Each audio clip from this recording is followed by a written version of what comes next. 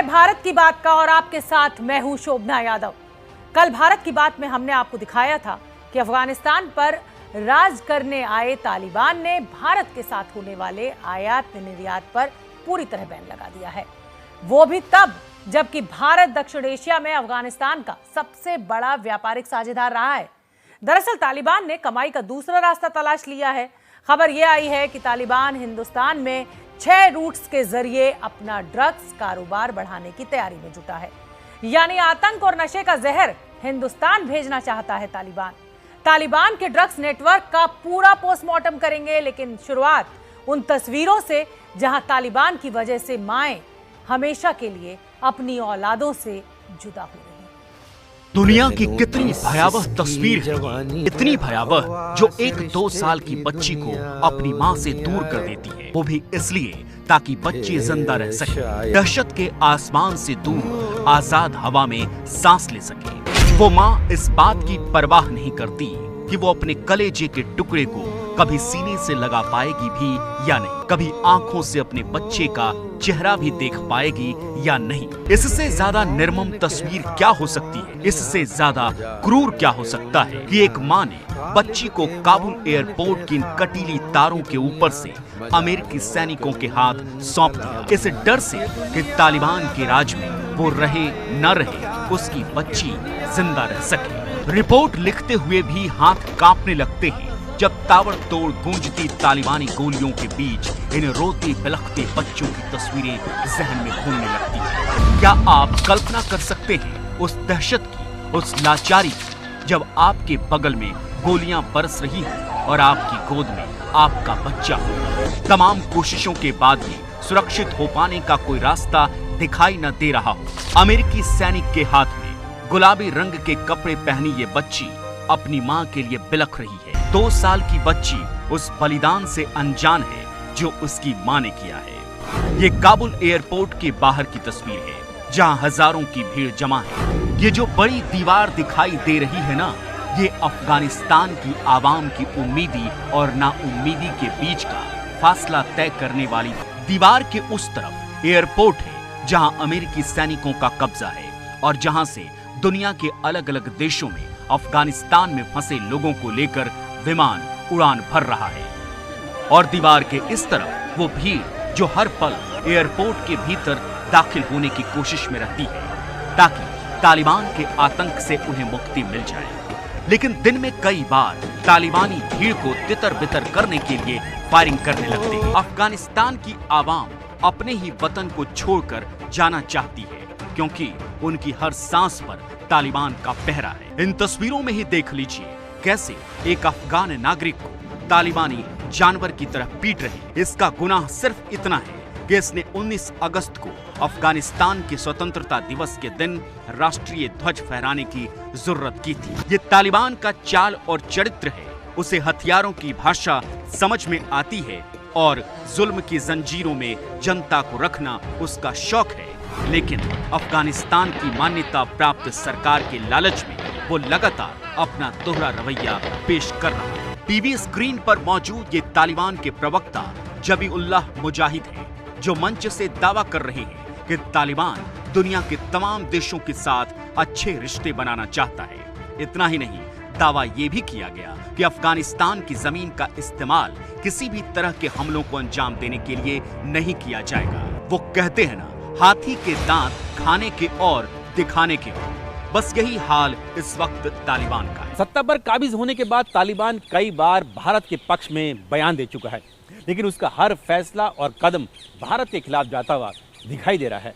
पहले तो तालिबान ने भारत के साथ आयात और निर्यात पर रोक लगा दी और अब खबर यह है कि तालिबान भारत में ड्रग्स की खेप भेजने की तैयारी में जुटा है।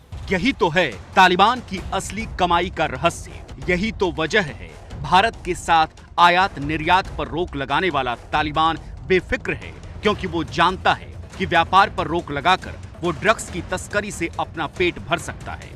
दुनिया के सबसे ताकतवर और अमीर आतंकी संगठनों में गिना जाता है तालिबान। तालिबान को इतना ताकतवर बनाने के पीछे है उसका ड्रग्स नेटवर्क। तालिबान ड्रग्स की इंटरनेशनल सप्लाई की तैयारी कर रहा है। अफीम को ड्रग्स में बदलकर यूरोप, अमेरिका और भारत समेत एशिया के बाकी देशों में बेचकर पहले से ज्यादा पैसा कमाएगा।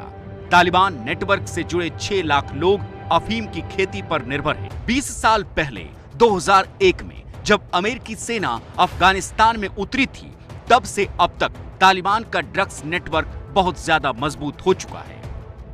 अफगानिस्तान में दुनिया की सबसे नशीली अफीम उगती है और यही अफीम पूरी दुनिया में हेरोइन के रूप में पहुंचती है, जो अफीम से 1500 गुना ज्यादा नशीली होती है। अमेरिका ने अफगानिस्तान से ड्रग्स कारोबार को खत्म करने के लिए 64,000 करोड़ से ज्यादा खर्च कर दिए, लेकिन ये कारोबार खत्म नहीं हुआ।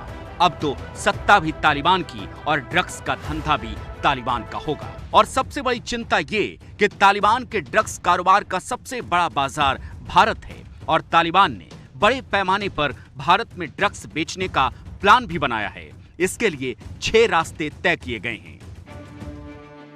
पहला route Afghanistan, Pakistan, Iran port, Mumbai.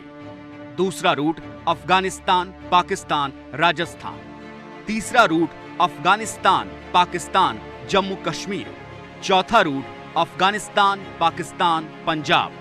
पांचवां रूट अफगानिस्तान, कराची पोर्ट, कच्छ, जामनगर। और छठा रूट अफगानिस्तान, कराची पोर्ट, मुंबई।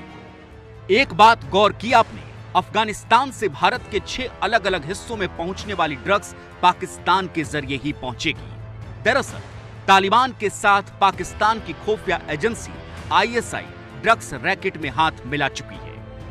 पाकिस्तान को पूरा यकीन है कि इन रास्तों के जरिए जब ड्रग्स जाएगी तो उसका मुनाफा उसे भी मिलेगा, जिसका इस्तेमाल वो आतंक के कामों में कर सके। दिलचस्प ये है कि पाकिस्तान में जो ड्रग्स 1 लाख रुपए किलो है, भारत में उसकी कीमत 4 करोड़ रुपए किलो तक हो जाती है। साल 2020 में तालिबान ने अफीम की खेती से 3,415 करोड़ रुपए की कमाई की है।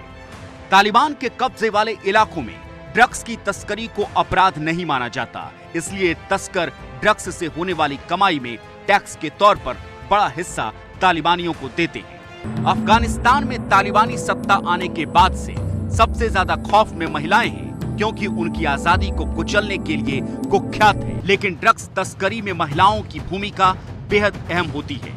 एक ड्रग तस्कर ने United nation office on drugs and crime को दिए इंटरव्यू में बताया कि अफगानी महिलाएं ड्रग कुरियर की तरह काम करती हैं। खासकर तब जब भारत में ड्रग्स की तस्करी की जाती है, तब ये महिलाएं कुरियर का काम करती हैं, क्योंकि सुरक्षा जांच के वक्त इन्हें रोककर जांच की आशंका कम होती है, क्योंकि सिक्योरिटी ऑपरेशंस करने वाले पुरुष होते हैं। खुफिया सूत्रों के मुताबिक आने वाला 1 साल का समय भारत के लिए काफी कड़ा रहेगा, क्योंकि ड्रग्स को लेकर तालिबान की नीतियां एकदम साफ हैं और अपने धंधे को बढ़ाने के लिए तालिबान कोई भी गंदा काम करने से नहीं चूकेगा। और ऐसे में जबकि ISI भी पूरी तरह से उसके साथ होगी, तो भारत के लिए दोहरा खतरा रहेगा कि वो नार्को टेररिज्म से कैसे निपटे। और खतरा सिर्फ ड्रग्स से नहीं है, अब तो हथियारों के मामले में भी तालिबान की ताकत बढ़ चुकी है और भारत सहित दुनिया को खतरा तालिबान के हाथ लगे अमेरिकी हथियारों से भी है। हथियार के खतरे को इन 3 तस्वीरों से समझिए। पहली तस्वीर में रूसी सैनिकों के हथियार हैं, दूसरी तस्वीर में अमेरिकी सैनिकों के और तीसरी तस्वीर में अफगानी सैनिकों के हथियार हैं। अब तक पुराने हथियारों के दम पर तालिबान अमेरिका और अफगानी सैनिकों को चुनौती देता आ रहा था, लेकिन अब इन्हें अमेरिकी और अफगानी सैनिकों के हथियार भी मिल चुके हैं।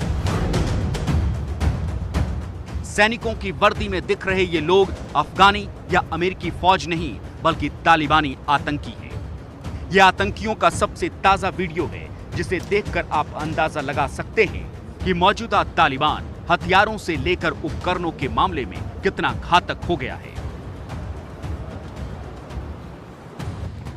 टीवी स्क्रीन पर इस वक्त जो वीडियो आप देख रहे हैं वो अफगानिस्तान के हेरात का है। हेरात में अफगानी सेना का जफर कॉर्प्स का मुख्यालय है और पिछले दिनों यहां तालिबानियों ने कब्जा कर लिया। वीडियो में दिख रहे MI-8 और MI-17 लड़ाकू हेलीकॉप्टर से लेकर अफगानी सैनिकों के पास जो हथियार थे, वो तमाम हथियार तालिबानियों ने हथिया लिए हैं।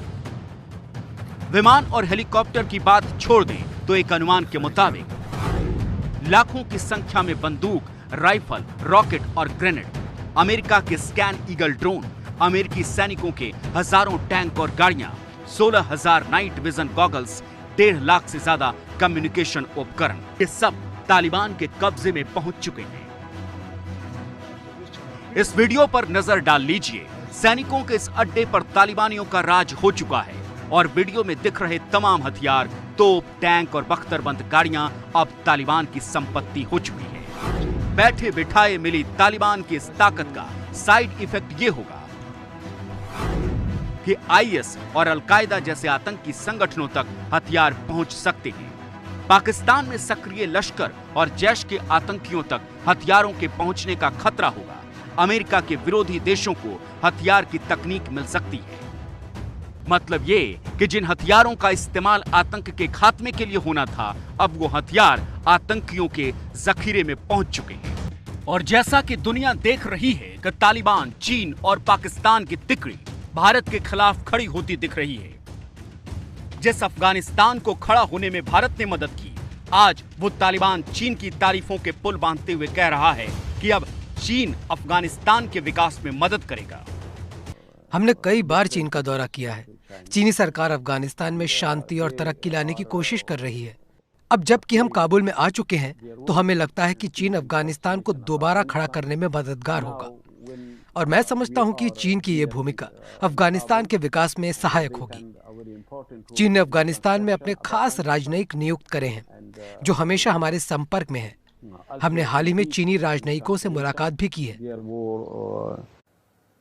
अमेरिका ने आज बयान जारी करके कहा है कि हम किसी भी आतंकवादी को अफगानिस्तान की जमीन से अमेरिका और उसके सहयोगी देशों पर खतरा नहीं बनने देने की प्रतिबद्धता के लिए तालिबान को जवाबदेह ठहराएंगे। अमेरिका ने यह भी कहा कि इस बात को सुनिश्चित करने के लिए मिलकर काम करना होगा कि अफगानिस्तान दोबारा आतंकवाद का अड्डा ना बने। यह सुनिश्चित करना बेहद जरूरी है, क्योंकि तालिबान जिस तरह से पाकिस्तान और चीन के सुर में सुर मिलाकर आगे बढ़ रहा है, वो आतंक के एजेंडे को आगे बढ़ाने की तरफ ही इशारा कर रहा है।